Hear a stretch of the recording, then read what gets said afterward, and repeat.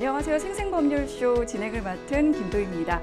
매주 화요일 생생법률쇼에서는 생활문화 이슈를 짚어보고 분석하는 시간 함께 하는데요. 권상희 문화평론가님 모셨습니다. 어서 오세요. 안녕하세요. 반갑습니다. 저도 이제 평론가님 보면 한 주가 지났구나 이런 걸 실감하고 있거든요. 네, 그러세요? 어떻게 지내셨나요?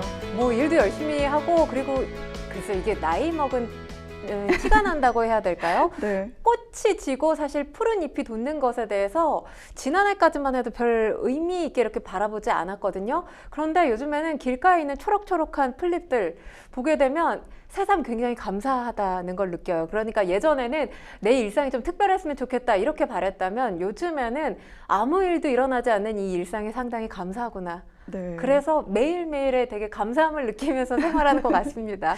뭔가 긍정적인 변화 같다는 생각이 네. 드는데요. 네. 자, 이 방송은 여러분들 보시면 이제 이렇게 긍정적인 에너지 얻으실 수 있고요. 유튜브를 통해서도 이 방송이 실시간으로 함께 방송되고 있습니다. 많은 시청 부탁드리겠고요. 유튜브를 통한 소통의 창구도 활짝 열어줄 테니까요. 방송 중에 궁금하신 질문들 있으시면 올려주시기 바랍니다. 저희가 답도 해드리고요. 많은 참여를 해주시면 고맙겠습니다. 여러분은 지금 생생법률쇼와 함께하고 계십니다.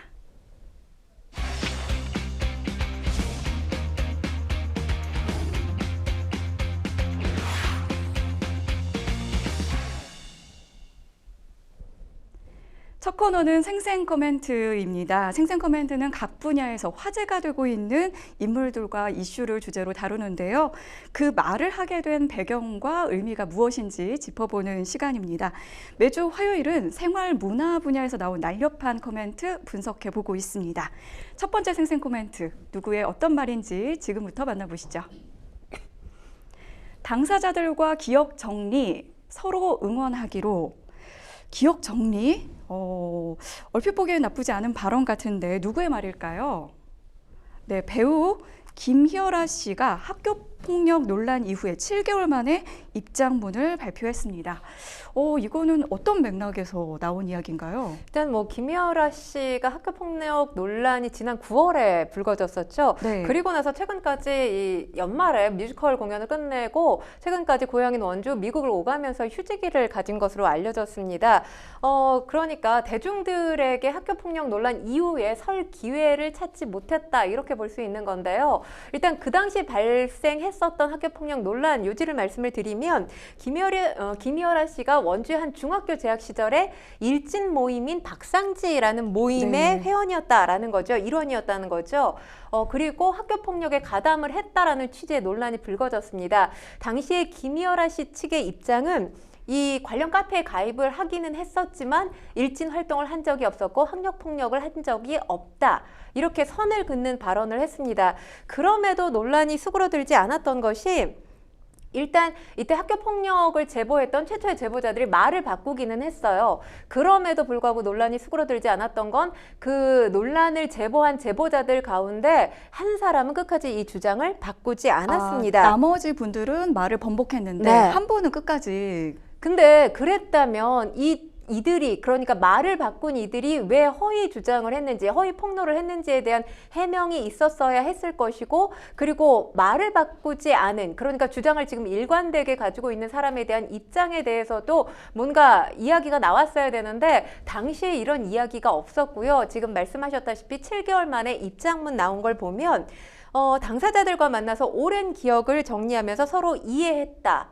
그리고 서로의 삶을 응원하기로 했다라고 하면서 대중에게 받은 사랑을 보답하기 위해서 무거운 마음으로 성실하게 인생을 다시금 다져나가겠다.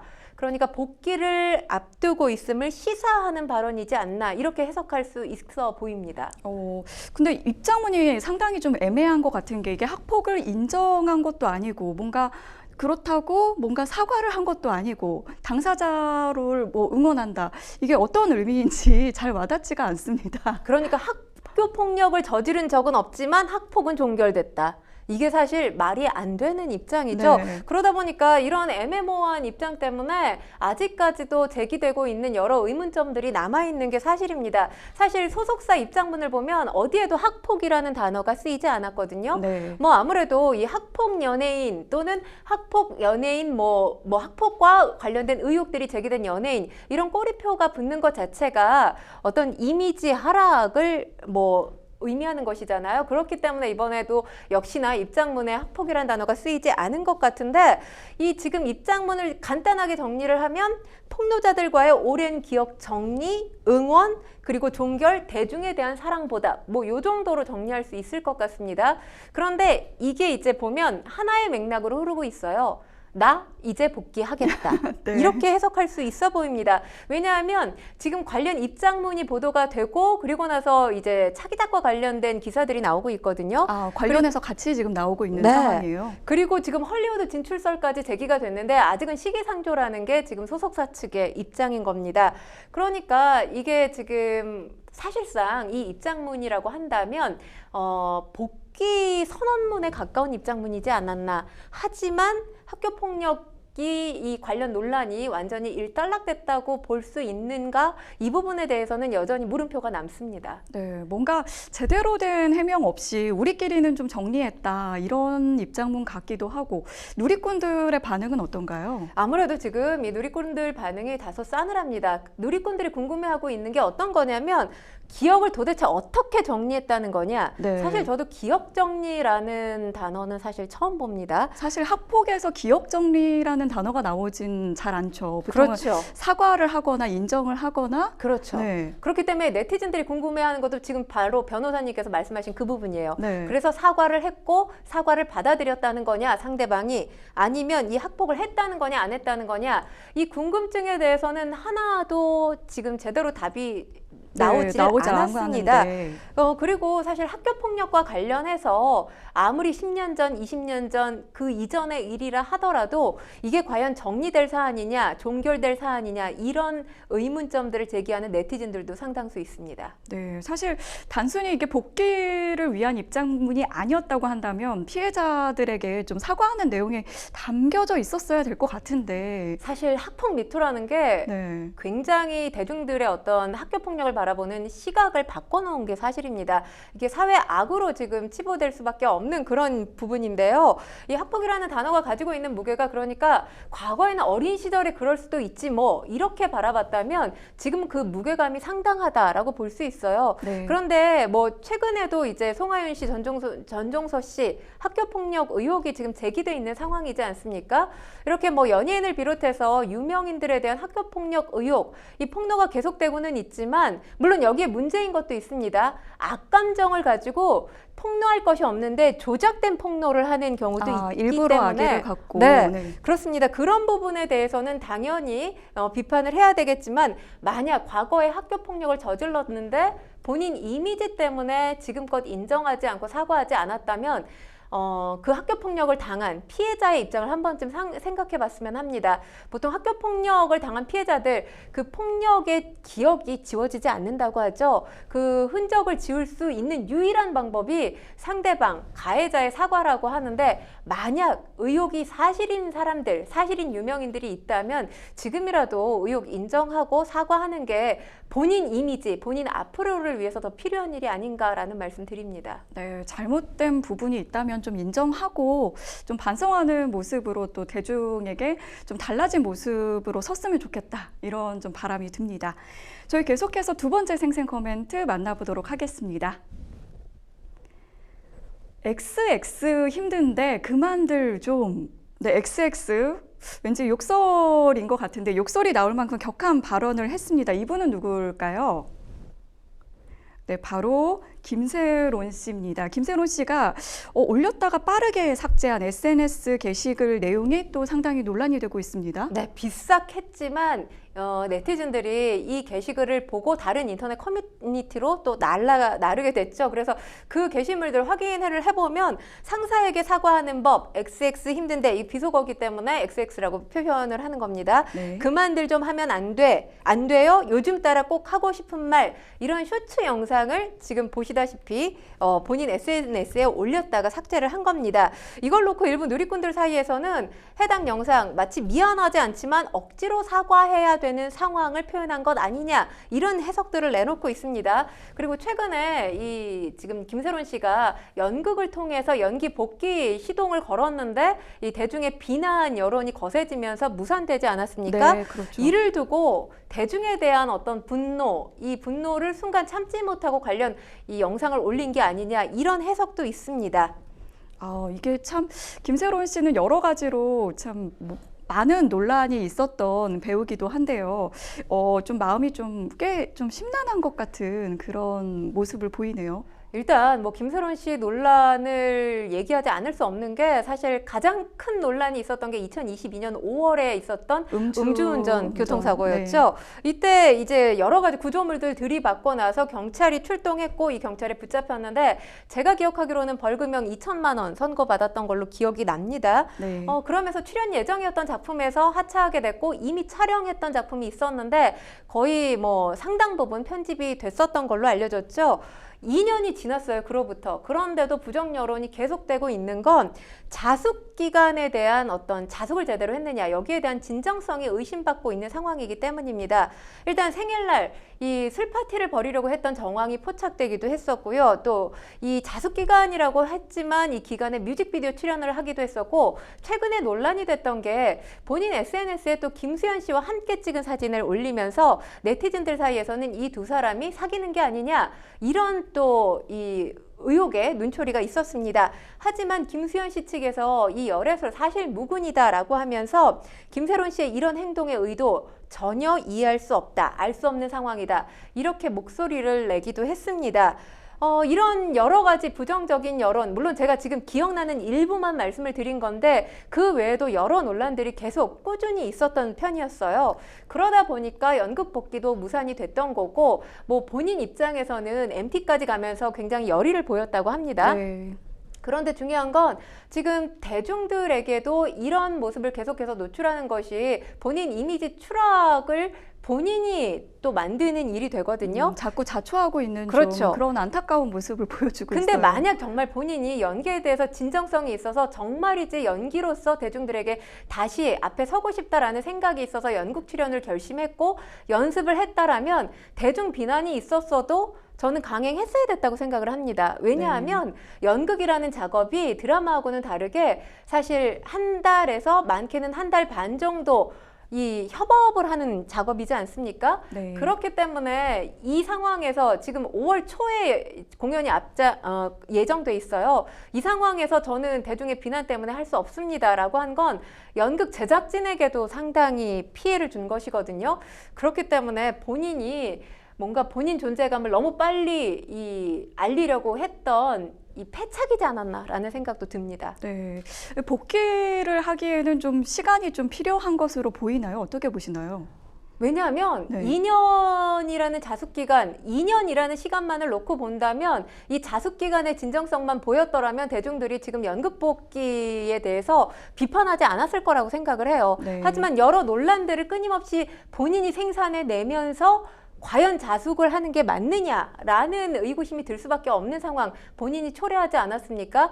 일단 이런 일련의 일들이 있음에도 불구하고 그동안 김세론 씨에 대해서 끊임없이 응원을 해주는 팬들이 분명히 있을 거라고 생각을 해요. 이렇게 응원을 보내주고 있는 팬들 그리고 본인 복귀를 위해서 도와주고 있는 사람들이 또 주변에 있지 않겠습니까?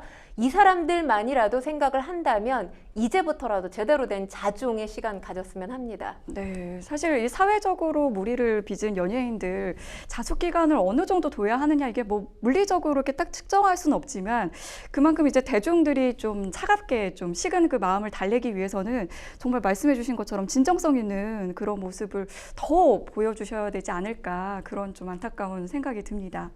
자, 계속해서 또 저희는 세 번째 생생 코멘트 만나보죠. 어떻게 생각하든 최고의 무대. 이건 누가 한 말일까요? 네, 걸그룹 르세라핌의 사쿠라가 지난 13일 미국의 대형 음악 축제 코첼라 페스티벌에 이제 참여를 했습니다. 이게 여러 가지로 좀 화제가 되긴 했죠. 네, 그렇습니다. 일단 코첼라 페스티벌 뭐 소개를 해드리면 매년 4월마다 미국 캘리포니아주 콜로라도 사막에서 열리는 대형 음악 축제입니다. 뭐 여기에 관람을 하는 인원만 매년 20만 명이라고 하니까 20만 명이요? 네, 그 규모가 어느 정도인지 상상이 가는데요. K-팝 그룹한테는 상당히 의미가 있어요. 전 세계 주요 음악 관계자들에게 스타성을 입증해 보일 수 있는 그런 무대입니다. 르세라핌 최단 기간 안에 지금 코첼라 무대에 쓴 건데 데뷔 2주년을 앞두고 있어요. 지금 데뷔한 지 한 1년 6개월이 조금 넘은 것으로 알려져 있죠. 네. 역대 K-팝 아티스트 가운데서는 가장 빨리 코첼라 무대에 서게 된 겁니다. 르세라핌 1차 무대, 2차 무대 이렇게 두 번의 무대를 가졌는데 그 가운데서 지금 가장 뜨거운 논란이 됐던 게 바로 1차 무대였습니다. 총 10곡을 40여 분 동안에 진행을 했는데 이때 이제 박자, 음정, 뭐 음이탈까지 발생을 하면서 과연 가수 자질이 있는 것이냐, 가창력이 있는 것이냐 이런 논란으로 온라인이 들끓고 있는 상황입니다. 네, 특히 이제 좀 비교를 많이 하는 게 이 블랙핑크와 비교를 많이 하더라고요, 언론에서. 평론가님은 어떻게 보셨나요? 일단 블랙핑크가 2019년에 출연을 했었고요. 그리고 네. 작년에 헤드라이너로 출연을 했는데 사실 2019년에도 블랙핑크의 무대가 그렇게 완성도가 높은 무대는 아니었습니다. 그 당시에도 사실은 네. 또 논란이 있었군요. 그런데 이제 2023년 지난해에 서면서 상당히 가창력뿐만 아니라 무대 매너까지 호평을 받기도 했습니다. 그런데 아무래도 이번 무대 그러다 보니까 2023년도 이 블랙핑크 그리고 또 에스파의 무대가 또 있었거든요. 에스파의 네. 무대와도 비교가 되는 측면이 있는 거죠. 이번에 워낙 논란이 컸기 때문에. 네. 그런데 이제 어떻게 생각하든 최고의 무대에 이렇게 사쿠라가 이야기를 하면서 이 발언이 또 이제 논란이 된 것 같아요. 그렇죠. 무대에 대한 실망감이 큰 대중들이 있는 게 분명한데 사쿠라가 내놓은 입장문을 보면 가장 핵심이 되는 뭐 문구는 전 이거라고 생각합니다. 누군가의 눈에는 미숙할지 모른다. 하지만 누구에게나 완벽한 사람은 없고 우리가 보여준 무대 중 최고의 무대였다는 것은 흔들림 없는 사실이다. 이렇게 밝혔는데 지금 이 내용만 놓고 보자면 대중의 비판을 귀담아 듣지 않겠다라고 해석할 수 있는 부분이거든요. 그렇게 보여지는 부분도 그렇죠. 지금 있어서 사실 사쿠라가 우리나라 사람은 아니에요. 일본인이죠. 네. 그러다 보니까 정서상으로 뭔가 이 충돌하는 부분이 있지 않을까라는 생각도 해봅니다. 우리 정서상으로 본다면 이런 논란이 불거지게 되면 보다 더 노력해서 보다 더 멋진 무대를 보여드리겠습니다. 이런 것들이 대중이 원하는 정답일 거예요. 저희는 좀 더 이제 겸손한 자세로 그렇죠. 더 노력하는 모습을 보여주겠습니다. 그렇죠. 이런 모습을 많이 봤는데 물론 이 무대에 서기 위해서 르세라핌 멤버들이 상당히 많은 노력을 기울였다고 합니다. 그런데 중요한 건 대중들은 그 과정을 볼 수 없는 사람들이잖아요. 무대, 결과를 보고 판단을 한단 말이에요. 그렇기 때문에 대중들의 비판의 목소리 역시 귀담아 듣는 게 대중 아티스트의 이 역할이지 않을까. 저는 그 부분에서 지금 사쿠라에 대한 비판이 계속되는 건 어쩔 수 없는 일이지 않나라는 생각도 해봅니다. 이게 뭐 일본 아이돌이나 한국 아이돌의 뭐 좀 이 정서가 좀 다른 부분도 있나요, 혹시? 달라요. 왜냐하면 우리나라 같은 경우는 이 유튜브 여러 영상들 보시면 MR 제거 영상 이런 영상들 꽤 있지 않습니까? 네네. 그 MR 제거 영상이 뭘 의미하는 겁니까? MR을 제거해도 흔들림 없이 가창력을 선보이고 있는 가수냐? 그렇지 않느냐를 보는 거예요. 항상 이제 기본기가 있어야 된다 그렇죠. 이런 정서가 그렇기 있죠. 때문에 뭔가 립싱크 무대 의혹이 제기가 되면 그 가수에 대해서 혹독하게 비판의 목소리가 나오는 게 사실입니다. 네. 그런데 일본 같은 경우는 이런 가창력보다 이 팬들과 얼마나 소통을 하느냐, 친근감이 있느냐, 프로듀싱 능력이 있느냐 이걸로 평가를 하는 기준으로 삼는다고 해요. 좀 다르긴 하네요. 그렇죠. 그런데 그럼에도 불구하고 지금 이 사쿠라 같은 경우 다른 멤버들은 차치하고 지금 이 입장문을 낸 사쿠라의 경우를 보면 사쿠라가 2011년에 일본에서 아이돌 그룹으로 데뷔를 했고요. 그리고 2018년에 우리나라 케이블 TV의 한 오디션 프로그램을 통해서 발탁이 되면서 아이즈원 멤버로 활동을 했습니다. 그리고 2022년에 르세라핌으로 재데뷔한 것이거든요. 완전 신인이 아니라 그렇죠. 네, 활동한 벌써, 이 시간만 보면 10년이 넘어요. 벌써 10년 차가 되는. 그런데 지금 입장문에서도 데뷔한 지 2년이 채 안 된 부분을 강조를 하고 있거든요. 과연 활동한 지 10여 년이 넘은 이 멤버가 할 수 있는 발언은 아니지 않나, 좀 부적절하지 않았나라는 생각이 듭니다. 그러다 보니까 네티즌들 사이에서 완벽한 무대를 기대한 건 아니지만 최고의 무대였다, 이렇게 자평할 시간에 보다 더 노력하는 게 맞지 않느냐, 이런 지적도 나오고 있습니다. 네, 평론가님이 말씀해 주신 것처럼 1회차, 2회차 공연을 했는데 1회차가 논란이 되고 나서 2회차는 좀 나아진 것 같다, 이런 지적도 있던데 어떻게 제가 보셨나요? 2회차 영상 2분 정도 되거든요. 네. 다 봤는데 일단 1회차와 비교를 해본다면 1회차보다는 나아진 건 사실입니다. 뭐 음이탈이 발생을 하거나 이러지는 않았어요. 음정 네. 박자가 맞지 않거나 이러지는 않았는데, 중요한 건 지금 AR 관련 논란이 또 불거지지 않았습니까? 네. 그러니까 멤버들이 실제로 낸 소리보다 AR 음량이 더 크게 들렸던 부분들이 꽤 있어요. 그러니까 일부 멤버들이 그러다 보니까 고음이거나 아니면 라이브로 뭔가 소화하기 어려운 부분에 있어서 아예 부르지 않는 모습이 정말 확연하게 눈에 띕니다. 이건 상당히 큰 실수라고 보여지거든요. 그러다 보니까 지금 1회차에 비해 2회차가 나아졌다라는 평가가 있고, 외신들은 호평일색이에요. 그러니까 우리하고 보는 관점이 좀 다르죠. 외신들은 굉장히 긍정적인 평가를 그렇죠. 많이 내놓고 왜냐하면 있어요. 야외 공연이다 보니까 관객들의 반응 그리고 퍼포먼스를 중심으로 봤다면 훌륭하다라고 얘기할 수 있습니다. 그런데 우리나라는 가창력은 따로 떼놓고 보고 퍼포먼스 따로 떼놓고 보고, 대중들이 그러지 않잖아요. 이 무대 안에서 이 무대 전체를 평가하지. 그러다 보니 외신은 호평일색이지만 여전히 국내 대중들의 여론은 좋지 않은 상황이고요. 그리고 또 한 가지 문제는 지금 르세라핌이 이 코첼라 무대에 섰을 때 최단 기간에 코첼라 무대에 섰다, 이걸 굉장히 강조했거든요. 어떻게 보면 이게 여러 보이그룹, 걸그룹들 가운데 우리 무대, 우리가 이렇게 빠르게 해외 시장에서 인정받고 있다, 이런 걸 내세우기 위한 게 아닌가라는 생각이 드는데, 저는 뭐 블랙핑크 아까도 말씀을 드렸지만 2019년 무대보다 2023년 무대가 더 훌륭했다라고 말씀드렸잖아요. 보다 더 익어나간 무대를 보여줄 수 있을 시점에 이런 큰 무대에 서는 것이 더 낫지 않나라는 생각도 해봤습니다.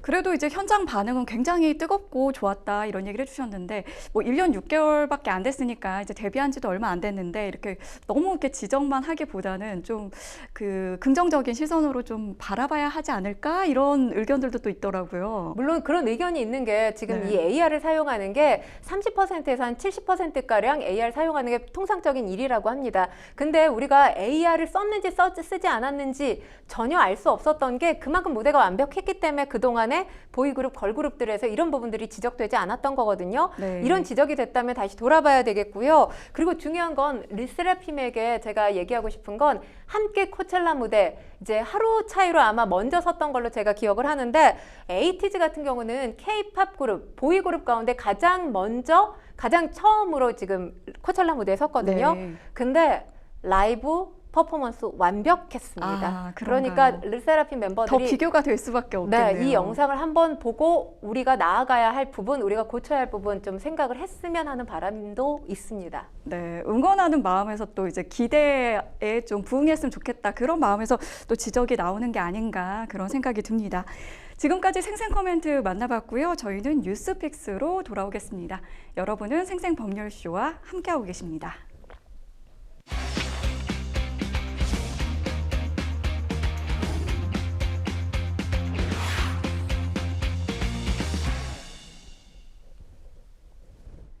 분야별 가장 핫한 소식을 집중 분석해보는 시간, 뉴스픽스 시작합니다.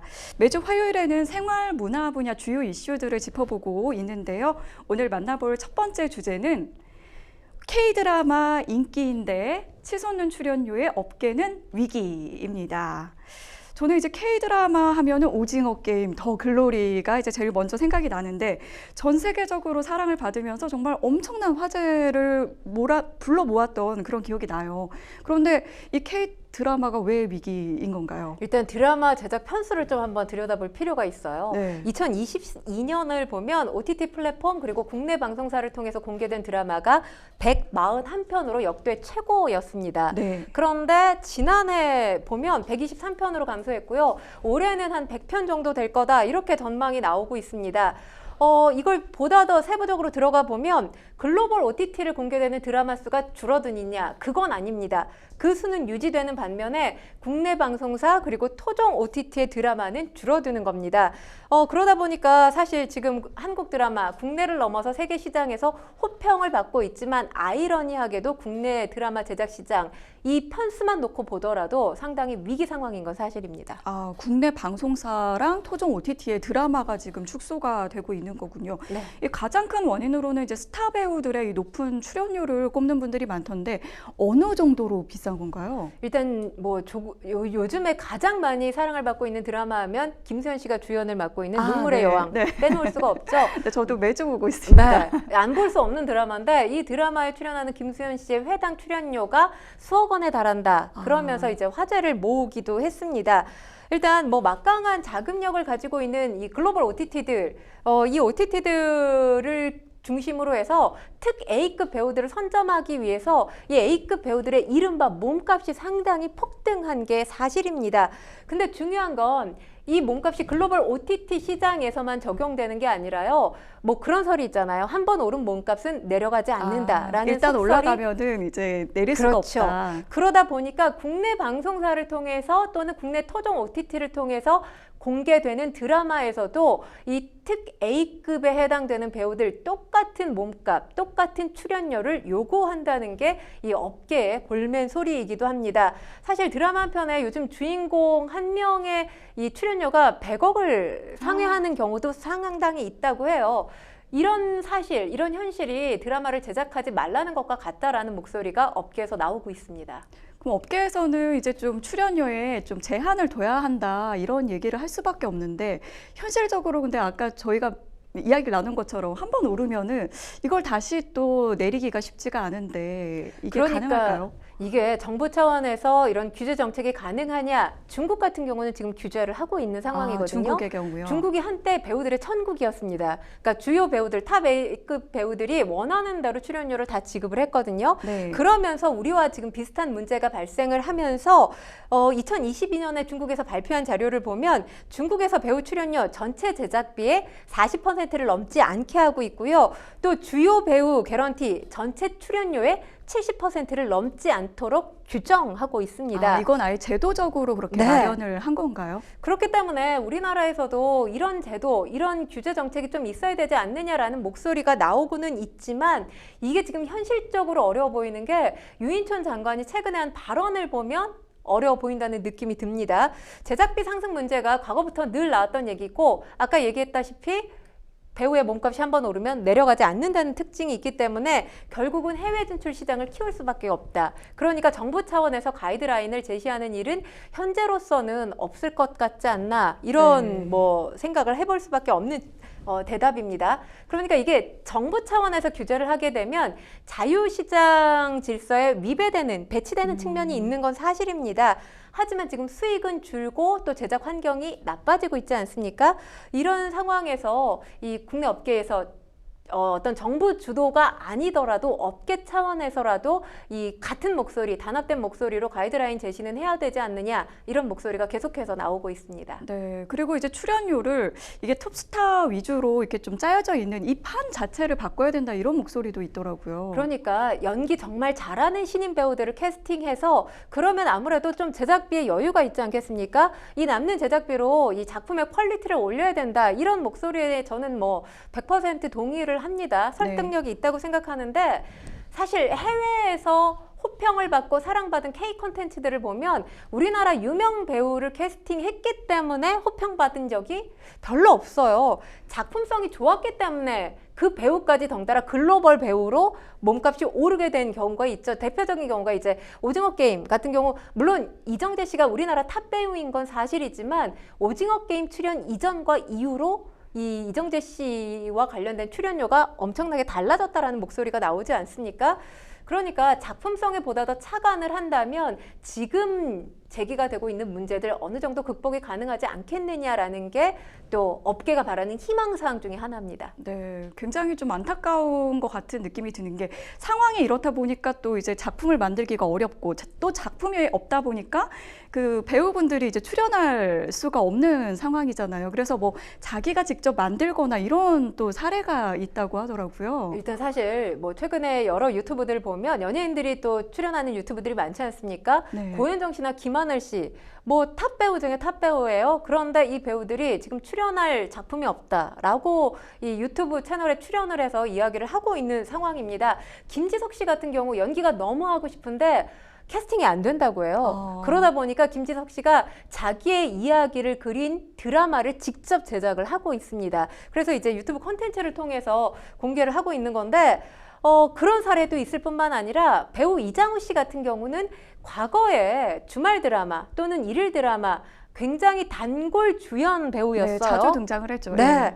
그런데 이 이장우 씨 역시 지금 배우로서 어떤 카메라 앞에 서질 못하고 있는 상황입니다. 그러다 보니까 예능 프로에 출연을 하기도 하고요. 그리고 또 최근에 식당을 열었다고 해요. 아, 식당은요? 네, 그래서 촬영장이 아닌 식당에서 일하는 모습이 또 대중들의 눈에 띄기도 하고요. 또 한 가지를 보면 지금 일본 시장을 또 차선책으로 택하는 분들도 있습니다. 그러니까 일본 시장 같은 경우는 사실 우리나라보다 출연료가 적다고 해요. 네. 그럼에도 불구하고 주인공으로 무대에 설 가능성이 크기 때문에 일본 시장을 놓고 하는 이 배우들도 꽤 있는 것으로 알려지고 있습니다. 네, 배우분들 입장에서는 정말 그 카메라 앞에 서지 못하고 또 대중들을 만날 수 없다면 그 갈증이 있을 수밖에 없거든요.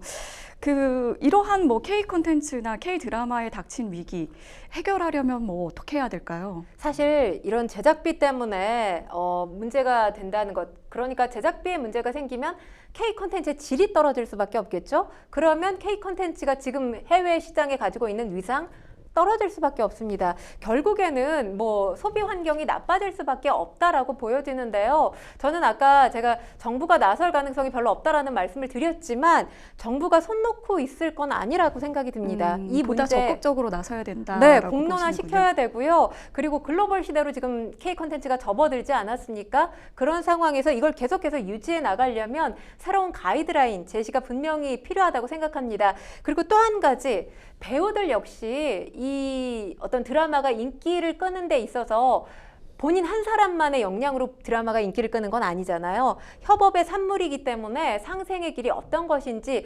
주연급 배우들도 이 부분에 대해서 좀 고민하는 자세, 고민하는 노력이 필요하지 않나 싶습니다. 네, 상생에 대한 고민이 필요하다는 얘기가 제일 좀 인상 깊은 것 같습니다. 저희는 계속해서 뉴스픽스 두 번째 주제로 넘어가 보겠습니다. 뉴스픽스 두 번째 주제는 성인 페스티벌 논란, 공연계로 번지나입니다. 저희가 이거 몇 번 좀 방송에서 언급을 한 것 같은데 일본의 이제 성인 영화 배우들이 출연하는 성인 페스티벌 우여곡절이 굉장히 많았고 그 우여곡절 끝에 결국 또 취소가 된 걸로 전해졌는데 이게 이제 첫 개최 예정지는 수원이었고 그 다음에 파주였다가 또 서울로 갔습니다. 세 곳 다 지금 취소가 된 거죠? 네, 그렇습니다. 서울도 좀 나눠서 봐야 되는데 잠원 한강공원의 한 선상주점에서 하겠다고 했다가 서울시의 반대로 무산이 됐죠. 그리고 압구정 카페 골목 일대로 옮겼는데 강남구청의 반대로 무산이 됐습니다.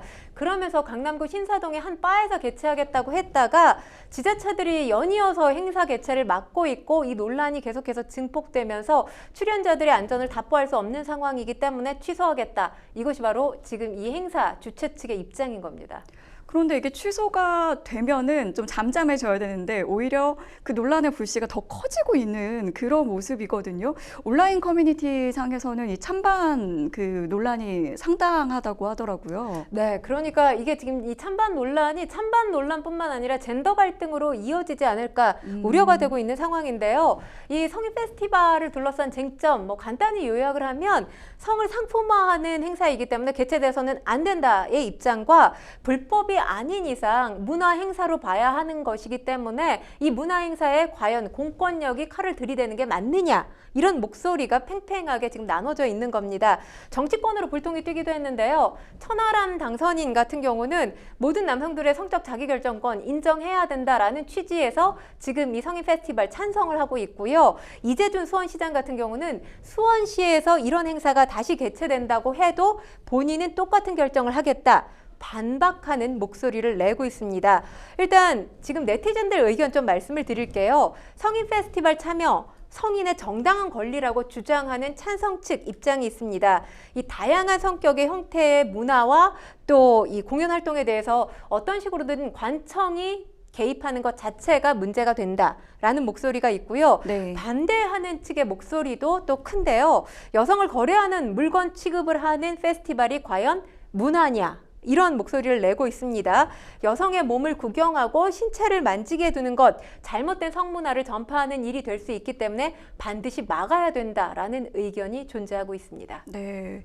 그런데 이게 이제 앞서 말씀해 주신 것처럼 이제 남성들의 욕구를 좀 억압하는 것으로 보는 입장에서는 오히려 여성들이 즐기는, 여성들만 전용으로 되어 있는 19금 공연들 다 취소해라, 이런 또 민원을 막 넣고 있다고 하더라고요. 그러니까 이제 지금 사실 이 논란이 증폭된 것이 지자체 반대가 아니라, 저는 뭐 지자체 반대까지는 논란 상황에 있었는데 논란이 커진 건 천하람 당선인의 발언 때문이었죠. 천하람 당선인이 본인이 이제 남성 이 성적 결정권 인정해라, 그리고 남성의 어떤 성적 자기 결정권에 대해서 왜 터부시하느냐, 악마시하느냐, 이런 취지의 발언을 본인 SNS에 올렸었는데 지금 보시고 있는 저 발언들입니다. 네. 저 발언 이후에 이 논란이 더욱더 증폭이 되면서 저 발언에서 이미 이제 여성 관객을 대상으로 한 공연이 있는데 이건 문제가 되지 않는 거냐라고 지적을 했습니다. 그러면서 양성평등, 남성, 여성 모두에게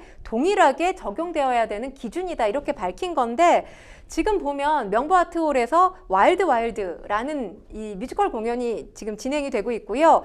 그리고 또 더 맨 얼라이브 초이스라는 작품도 공연이 되고 있는데 이 작품들 공이 여성 관객들만 입장할 수 있는 것으로 알려졌어요. 아, 입장할 수 있는 사람이 여성에 한정되어 네. 있는 공연들인 거죠? 그리고 여성과 함께 동반해서 공연장을 찾는다 하더라도 남성 관객은 입장할 수가 없습니다. 네. 이와 관련된 불만의 목소리도 지금 서울시 홈페이지에 올라와 있는 상황이거든요.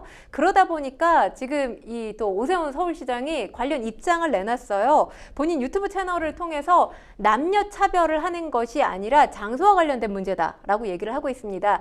민간 장소이기 때문에 우리가 이야기를 하지 않았던 것이고 여성 관련 공연을 뜻합니다. 네. 그리고 지금 성인 페스티벌 같은 경우는 이 잠원 한강공원의 선상 크루즈 같은 경우는 서울시가 관리를 공적인 한다고 해요. 장소여서. 네. 네. 그렇기 때문에 앞으로 이런 종류의 공연 발생을 하게 되면 그 내용이 문제가 아니라 장소의 문제를 국한해서 판단하겠다라는 취지의 입장문을 또 내놓기도 했습니다. 형평성 얘기를 가장 많이 좀 주장을 하고 있는 것 같은 느낌인데, 이러다 보니까 이제 뭐 젊은 층 사이에서는 뭐 워터밤 공연도 금지해야 된다, 이런 민원까지 들어왔다고요. 이건 왜 금지를 그러니까 지금 하려고. 성인 페스티벌이 자꾸 이 취소되고 무산되고 이러다 보니까 네. 거기에 대한 정말 항의성, 무조건적인 반발을 하기 위한 항의성 민원이 아닌가라는 생각이 듭니다. 이 지금 관련해서 워터밤 행사가 펼쳐지는 것이 서울 종합운동장이라고 네. 해요. 서울 종합운동장이기 때문에 여기에서 이제 19세 이상 관람가가 걸린 행사 해서는 안 되는 거 아니냐, 이런 목소리를 낸 겁니다. 그런데 이게 남녀 취향의 공연도 아니고 여성 취향의 공연도 아니고 우리들이 다 알고 있는 유명인들, 뭐 연예인들 많이 출연을 하지 않습니까? 연예인들도 출연할 뿐만 아니라 남녀가, 젊은 남녀들이 많이 네. 지금 행사를 워터밤 좋아하죠. 행사. 네. 워터밤 행사를. 물총 쏘는, 한여름에 물총 쏘는 그런 행사예요. 근데 이것까지 지금 거부하자, 그러니까 해서는 안 된다라고 목소리를 내는 것은 지금 건전한 어떤 공론화의 장을 막는 것이 아닌가라는 생각이 들고요. 지금 천하람 당선인 얘기 잠깐 제가 더 말씀을 드리면, 지금 여성 성상품화, 남성 성상품화 동일한 잣대로 봐야 된다, 이런 취지로 얘기한 거 아닙니까? 네. 그런데 지금 관련해서 제가 뭐 지금 이 뮤지컬 공연들을 보지 않았기 때문에 이 공연이 관객들한테 제공될 법한 공연이다 아니다라고는 말씀을 못 드리겠어요. 이 상품화 관련해서만 말씀을 드리면 아직까지 우리 사회가 양성 평등이 이루어진 사회라고 보기는 어렵습니다. 과거 남성 우월주의 사회에서 많이 벗어나고 달라진 건 사실이지만 여전히 이 남성 우월적인 문화와 제도가 남아있는 게 사실이거든요. 그런 상황에서 남성 성상품화와 여성 성상품화 같은 동일선상에서 놓고 비교해서 평가하는 게 과연 적절한가라는 의문이 드는 건 뭐 어쩔 수가 없어 보입니다. 네, 그리고 일각에서는 이게 지자체장들이 또 이 언급을 하면서 논란을 더 키웠다 이렇게도 보더라고요. 일단 작년 12월에 광명시에서 이 행사가 이미 주최가 됐었죠. 그리고 네. 이번에 두 번째 행사를 주최하려고 하다가 지금 철퇴를 맞고 있는 그런 상황이었는데 사실 뭐 이 취소 사태가 계속 이어진 건 행정력을 동원한 뭐 영향이라고 얘기할 수밖에 없습니다.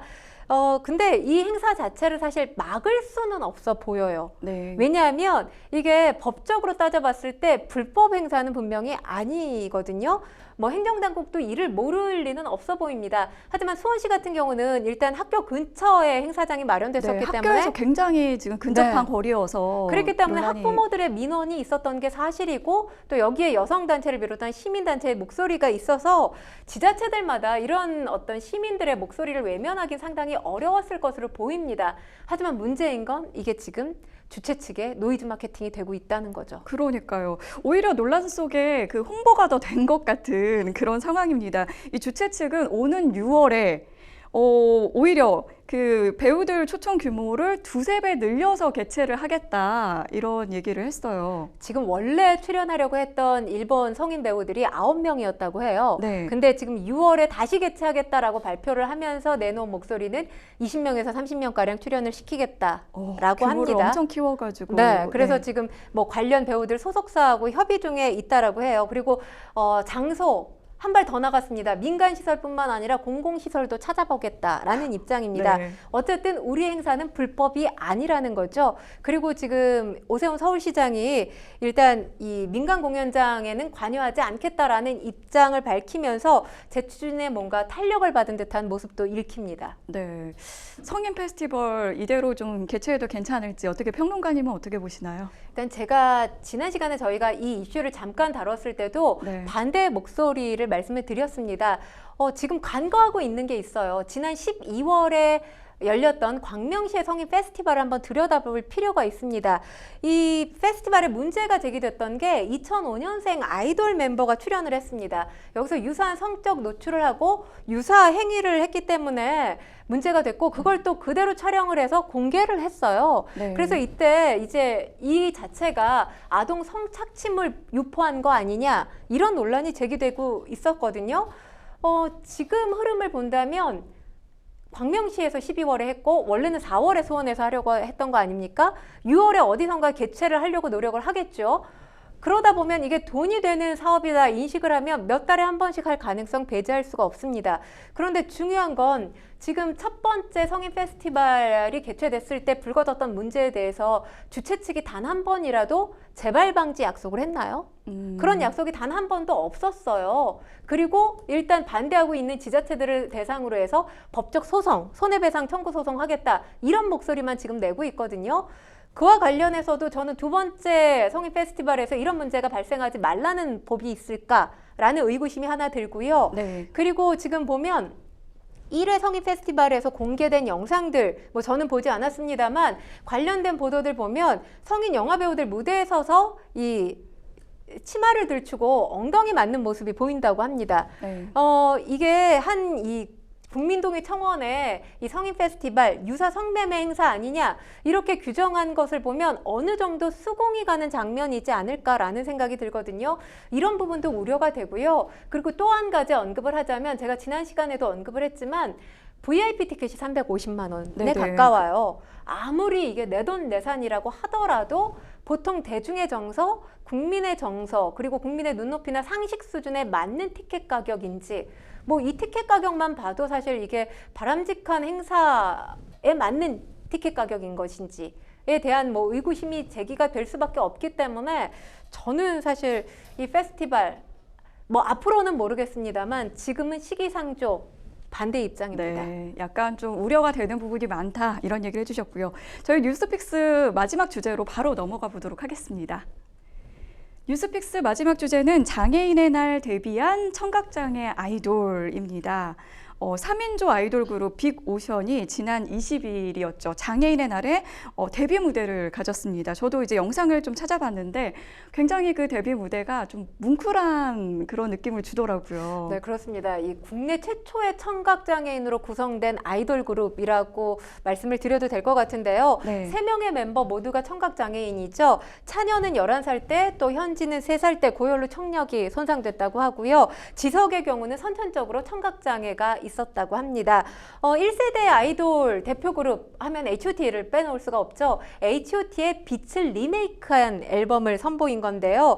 H.O.T 원곡하고 조금 다릅니다. 본인들의 이야기를 이 곡에 직접 담았고요. 랩에 녹여냈습니다. 그리고 이들 무대 음성 언어뿐만 아니라 한국어 수어, 그리고 영어 수어, 국제 수어로 노래하고 춤도 추는 그룹입니다. 빅오션, 이 그룹명 어떤 의미를 담고 있냐 하면 뭐 그대로 해석하면 큰 바다라고 해석할 수 네. 있지요. 세상을 크게 놀라게 한다라는 의미를 갖고 있고요. 또 바다와 같은 잠재력을 가지고 바다처럼 전 세계로 뻗어나가겠다, 이런 포부를 담고 있는 그룹입니다. 그리고 이들의 음악, 어떤 음악을 표방하고 있냐 하면 온전히 나를 위한 음악으로 음악을 통해서 스스로 행복해지자. 참 좋은 가치를 내품고 있는데요. 이런 가치를 제안하는 새로운 장르, 이 프리소울 팝을 표방하고 있습니다. 뭐 이들에게 우리가 보통 청각장애인에게 갖는 편견이라는 게 있을 거예요. 그런 편견을 깨고 싶어하는 아이돌입니다. 언어의 장벽, 신체의 한계, 또 그 무엇으로도 방해받지 않는 편안한 음악을 기대해달라, 이런 부탁의 메시지를 내놨습니다. 네. 그런데 이제 보통 이제 일반인들이 가장 궁금해하는 건 청각장애라고 하면 이 음정을 어떻게 잡는지, 그리고 이 세 분이서 함께 이제 그 요즘엔 칼군무라고 하는데 그 비트에 딱딱 맞춰서 똑같은 동작을 어떻게 재현을 하는지 이 연습 과정이 또 궁금하더라고요. 일단 음정 같은 경우는 이 빅오션 멤버들 목소리 데이터를 학습한 AI 기술을 도움받아서 네. 음원이 녹음됐다고 합니다. 그리고 사실 우리가 청각장애인은 못 들으니까 말하기 어렵지 않을까, 그래서 수어를 쓰는 거 아닐까, 이렇게 생각을 하실 텐데요. 세 사람 수어도 사용을 합니다. 하지만 청각보청기기의 어떤 도움을 받아서 음성 언어로도 소통을 해요. 근데 사실 말하는 것과 노래하는 건 또 다른 차원의 문제잖아요. 그렇죠. 노래할 때 보컬 담당이 현진이거든요. 현진 같은 경우는 소리를 내면 개 이름이 표시되는 어플이 있다고 해요. 아, 소리를 내면은 개 네. 이름이 딱 보여요. 그래서 그 어플을 이용해서 노래 연습을 하는데요. 사실 소리가 잘 안 들리다 보니까 음을 단 한 번에 캐치하기가 상당히 어렵습니다. 그래서 보컬 레슨을 받을 때 배에 어느 정도 힘이 들어가는지를 통해서 음이 올라가는지 내려가는지를 터득했다고 해요. 아. 그러니까 근육의 움직임을 통해서 음가를 파악해서 연습을 했다고 하고요. 그 다음에 또 문제가 되는 게 변호사님 말씀하셨지만 춤 아니겠습니까? 그렇죠. 함께 이렇게 네. 동작을 맞춰야 되는데. 촉각과 시각을 이용한 안무법을 개발을 해서 지금 연습을 하고 있는 건데요. 스마트워치가 중요한 역할을 하고 있습니다. 지금 화면 보고 계시죠? 아. 스마트워치의 박자에 맞춰서 진동이 울리게 되는데, 또 이 스마트워치뿐만 아니라 멤버들 정면에 이 박자에 따라서 깜빡깜빡 반짝이는 빛 영상이 나오거든요. 이들이 찬 이 청각 보조기, 손목의 진동, 빛의 깜빡임, 이런 것들에 의지해서 음악의 비트를 파악하고 안무를 짜고 오랜 시간 연습해서 완성된 무대를 내놓게 된 겁니다. 네, 이게 지금 데뷔곡이 H.O.T의 빛을 리메이크한 것인데 이제 이 빛이 좀 영어 의미가 좀 다르더라고요. 원래는 이제 호프라고 되어 있는데 지금 리메이크한 빛은 글로우라고 되어 있더라고요. 근데 이걸 팬이 이제는 그 뭐 희망이 아니라 스스로 빛나길 바라는 마음이다, 이렇게 또 해석을 해가지고 저는 그것도 감동이더라고요. 정말 팬의 해석이 너무너무 네. 멋진데요. 아마도 이 빅오션 3명의 멤버에게 큰 힘이 되지 않을까라는 생각을 하는데, 저도 지금 이 데뷔 무대 지난 20일에 봤거든요. 네. 보면서 사실 제가 다 긴장을 했습니다. 왜냐하면 네. 청각장애인들이 또 오프닝 무대에 섰어요. 그렇기 때문에 그 긴장감이 어느 때보다도 크지 않을까라는 생각에서 저도 긴장을 하면서 봤는데, 굉장히 자연스러운 표정, 자연스러운 안무, 그리고 자연스러운 또 이 무대 모습을, 무대 실력을 보여줬다라는 생각이 듭니다. 그래서 첫 무대 상당히 성공적으로 데뷔 무대를 장식했다라는 생각이 들고요. 일단 사실 H.O.T의 노래를 좋아한 팬들이 이미 한 30대 후반에서 40대 정도 네. 되잖아요. 그 팬들에게도 이 빅오션의 빛, 이 무대가 또 다른 소구력을 가져다 주지 않을까라는 기대도 해봅니다. 네. 그리고 이 빅오션이 아까 말씀해 주신 것처럼 바다다 보니까 이제 대륙까지 뻗어나가겠다. 글로벌 그 무대를 좀 노리고 있는 듯한 포부를 밝혔는데요. 앞으로의 전망은 또 어떻게 보시나요? 일단 데뷔 전부터 다양한 창구를 통해서 본인들의 활동을 알리기 위해서 상당히 이 세 사람이 노력을 했거든요. 그래서 이미 우리 팬뿐만 아니라 해외 팬들까지 있는 상황입니다. 네. 2달마다 신곡을 발표하겠다고 또 팬들하고 약속을 했어요. 네. 지속적으로 소통하겠다 이런 계획을 세우고 있는데 뭐 저는 이 계획이 실현되길 바라고요. 그리고 아까도 제가 말씀을 드렸지만 비장애인들이 가지고 있는 장애인들에 대한 편견, 청각장애인들을 바라보는 시선, 빅오션의 활동으로 이런 편견들이 좀 깨졌으면 좋겠고, 이 멤버들 서남이 가장 큰 무기라고 합니다. 사실 이게 어떻게 보면 조금 안타깝긴 해요. 서남이 무기가 되는 세상이다라는 네.